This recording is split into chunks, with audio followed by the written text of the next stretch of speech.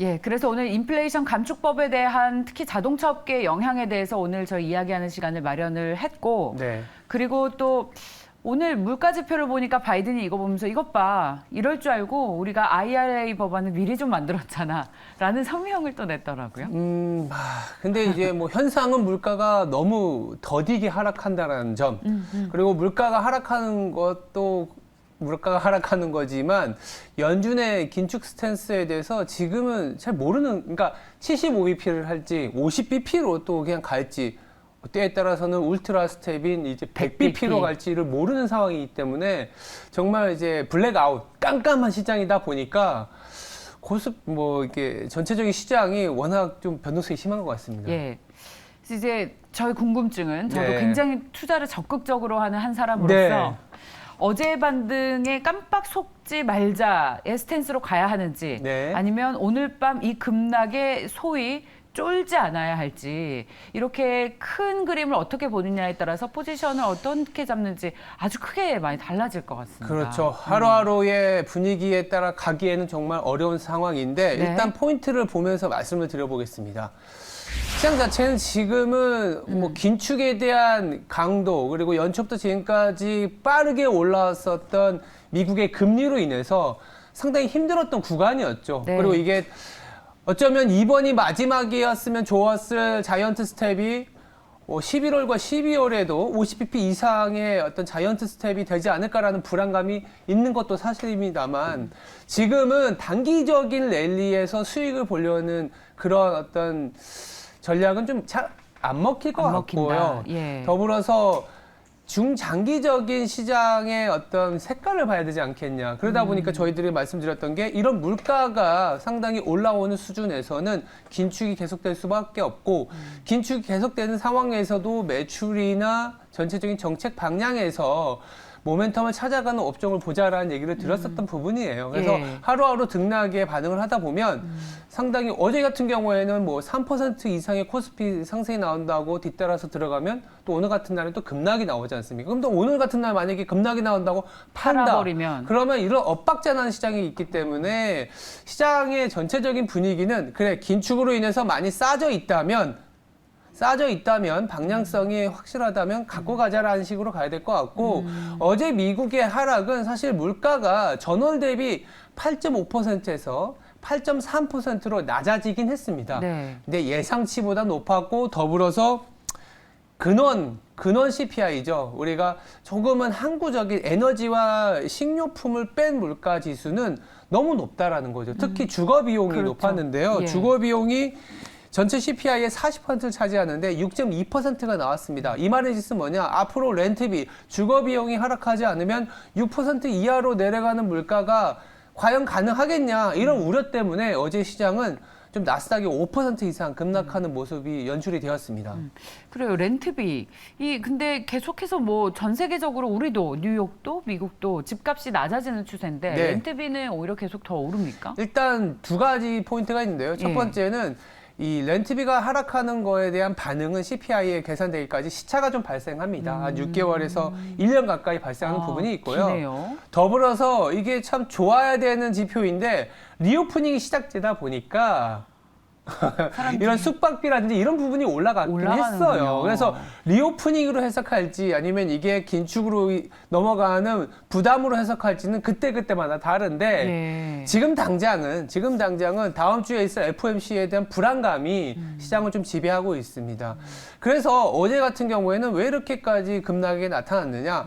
두 번째 포인트에서 말씀드리면 네. 우리가 왜 자이언트 스텝이라는 얘기는 나왔는데 네. 이제는 울트라 스텝이라는 얘기까지 나와버렸어요. 예. 그러니까 이게 참 말이 어떻게 될지 모르겠습니다. 울트라 스텝은 이제 100bp 한꺼번에 1%를 올리는 건데요. 노무라 증권에서도 아까 뭐 여러 가지 보고를 통해서 말씀을 드렸지만 지금 75bp 이상은 사실상 100% 가까이 올린다라는 게 시장의 예상치고요. 100bp 즉 울트라 스텝도 30% 이상의 확률로 하루 만에 올라왔습니다. 그러다 보니까 2년물 금리가 CPI가 나오고 나서 3.5%에서 거래되던 2년물 금리가 단박에 3.7%까지 올라서고 있고 달러화 지수도 109포인트까지 다시 올라섰습니다. 예.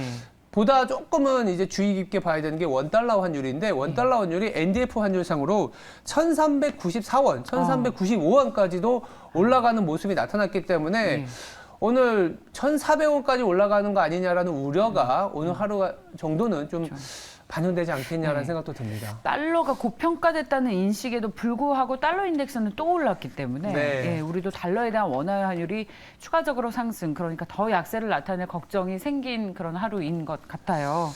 아, 참 어려운 시장이긴 한데요. 네. 다음 주 FOMC까지는 이런 범피 로드 하루 오르고 하루 빠지는 어떤 변동성의 시장이 계속될 수 있다라는 얘기를 드릴 수밖에 없는데 한편으로는 조금은 뭔가 긍정적인 뉴스라고 할까요? 가장 안 좋았기 때문에 좋았던 시장에 대한 얘기도 한번 들어보겠습니다. 네. 물가지표가 나오자마자 백악관에서 바로 성명서를 냈지 않습니까? 네. 우리가 IRA의 어떤 법안을 통해서 의료비 비용을 낮추는 법안이야라는 얘기를 한 것처럼 지금 백악관에서는 11월 8일에 있을 중간선거가 꽤나 신경이 쓰일 겁니다. 근데 미국 같은 경우에는 중간선거가 있는 해의 특징이 뭐냐면 중간선거 이전까지는 시장이 굉장히 안 좋았어요. 안 좋아. 이게 어노멀리 현상이 어떤 거냐면 뚜렷한 논리적인 현상은 아닌데 항상 나타났었던 시장의 어떤 등락입니다.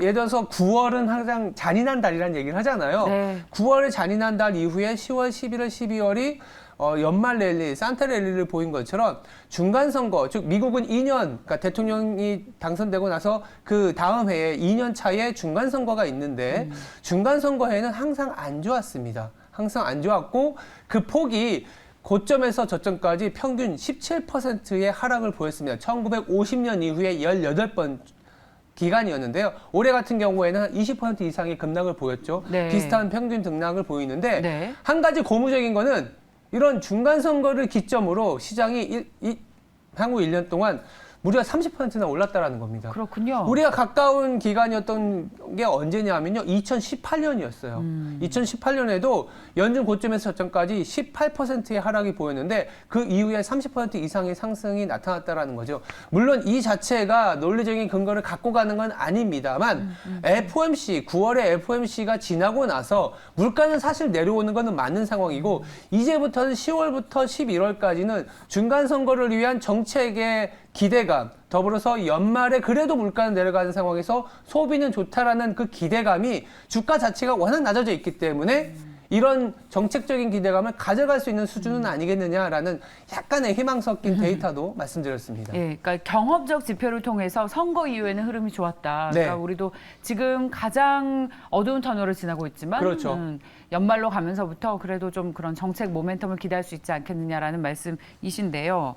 자, 제가 찝찝한 게 이 네. 주거 비용이 내려가야 인플레이션 우려도 좀 떨어질 텐데 네. 이 부분에 대한 체크를 오늘 좀 계속 해보시죠. 알겠습니다. 자, 여러분만큼이나 저희도 사실 지금 굉장히 당황스럽습니다. 기술주가 급락한 것을 보고요. 자, 이럴 때일수록 좀 농담도 하면서 그렇게 오늘 하루 스트레스와 긴장을 좀 완화하면서 가겠습니다. 지금까지 앵커 브리핑이었습니다.